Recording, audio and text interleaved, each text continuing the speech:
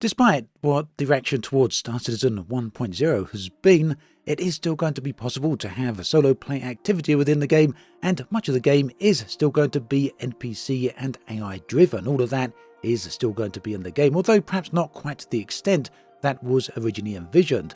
So yes, Star Citizen 1.0 is shaping up to be highly player driven, as we discussed in yesterday's video, with players taking a central role in shaping the universe through base building, crafting and other player-guided elements.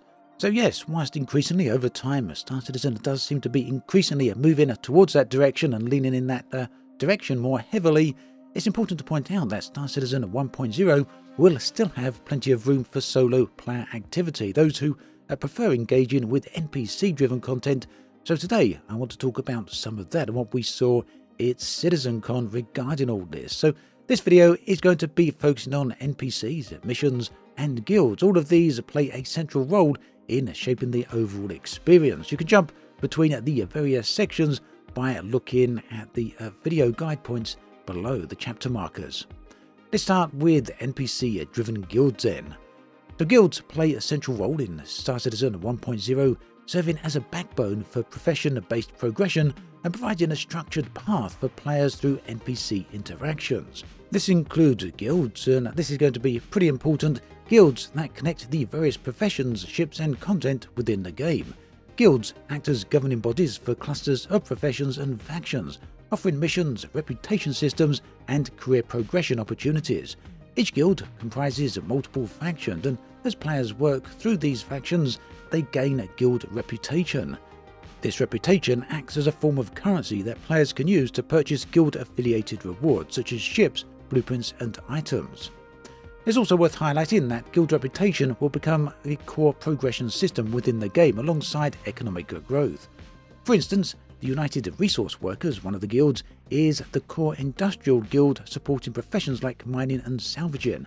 By completing missions for factions within this guild, players can earn reputation and unlock exclusive rewards. Other guilds include the Interstellar Transport Guild, which is ideal for players interested in hauling and trading, working with factions like Ling Family Hauling and Red Wind.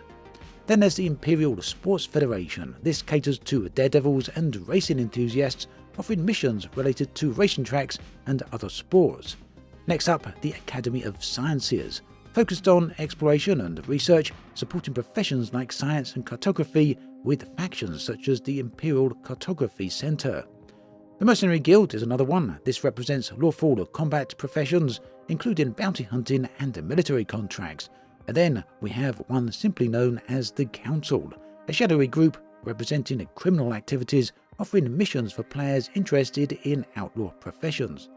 The guilds not only provide structured progression, but also add depth to the game world by introducing unique inventories and rewards. Each guild offers a distinct set of items and ships that align with their associated professions, encouraging players to engage with the different guilds to access a variety of content. So yeah, the guild system looks to be an area where players who are very much interested and dedicated towards making their own way in the world are likely going to be wanting to head. Next up is NPC Missions and Narrative. CIG say that at the heart of Star Citizen 1.0 is a main story designed to guide players through the universe. This introduces them to various professions, locations and guilds. It's a narrative experience that is NPC driven and crafted to provide an adventure across the various different star systems. The main story serves as the spine of the universe, so CIG say, helping onboard new players and existing players by showcasing the various different features and content available in the game. The story itself is structured to allow players the freedom to engage with it at their own pace. They won't be forced to engage with it, all the way through unless they choose to. So that means they can choose to hop on and off at the narrative journey whenever they wish, providing flexibility for those who prefer to explore independently or focus on specific activities. The main story is not mandatory, and that means it will ensure that players who want to chart their own path can do so without any restrictions. NPCs do play a significant role in delivering this narrative, quite obviously, and I'm glad to see that, with a cast of various different characters that bring the universe to life and should hopefully make these missions feel a little bit more interesting. The NPCs themselves represent the various different factions within the guilds and provide missions that align with their respective professions. For example, the players may receive missions from the United Wayfarers Club within the Interstellar Transport Guild, or from the Bounty Hunters Guild within the Mercenary Guild. Location stories further enrich the game world by offering short NPC-driven missions scattered across landing zones and cities. So these stories exist outside the main narrative, but provide an additional lore and character to the locations they inhabit.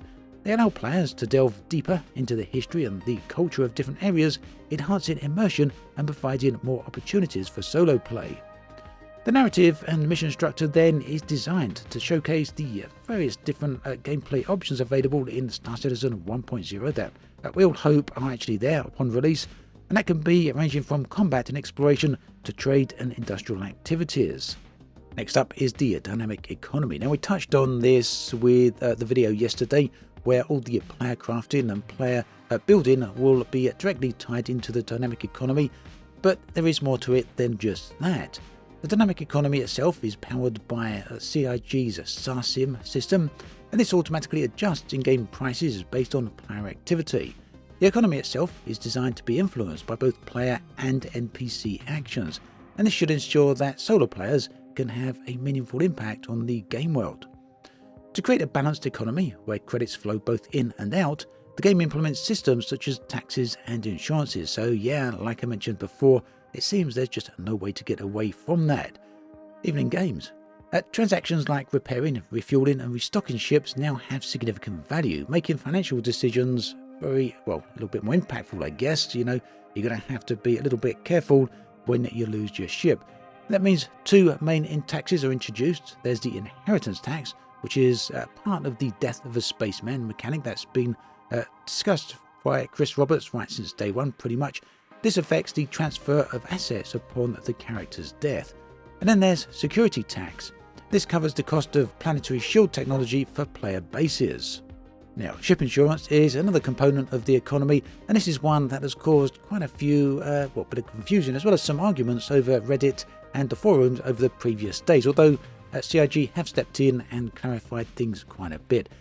Ultimately, players can choose from 3 tiers of insurance, each offering different levels of coverage for ship chassis, components as well as their decorations. Insurance with a warranty ensures that players receive a new ship and equipment if their original ship is lost. So yeah, it's the old adage of don't fly it if you can't afford it. The dynamic economy affects commodity prices as well, resource availability and market fluctuations, all of which are influenced by NPC activities as well as player trading and missions. So for solo players, this means that engaging in professions like mining, salvaging and trading can have effects on the economy itself. NPCs, meanwhile, provide missions that contribute to economic growth.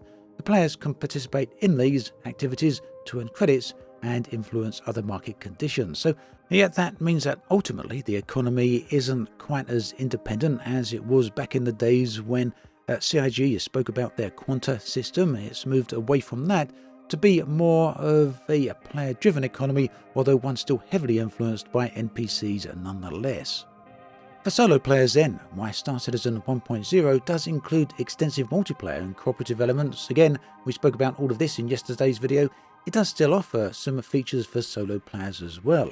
The main story and the guild missions provide a whole range of content that can be enjoyed independently. If you don't like joining organizations and don't want to be a base builder, or you don't want to go and grind and gather resources to construct space stations, if you're that type of player, well, you can choose to focus on professions instead that suit your solo playstyle. And well, that's pretty much how I like to play as well.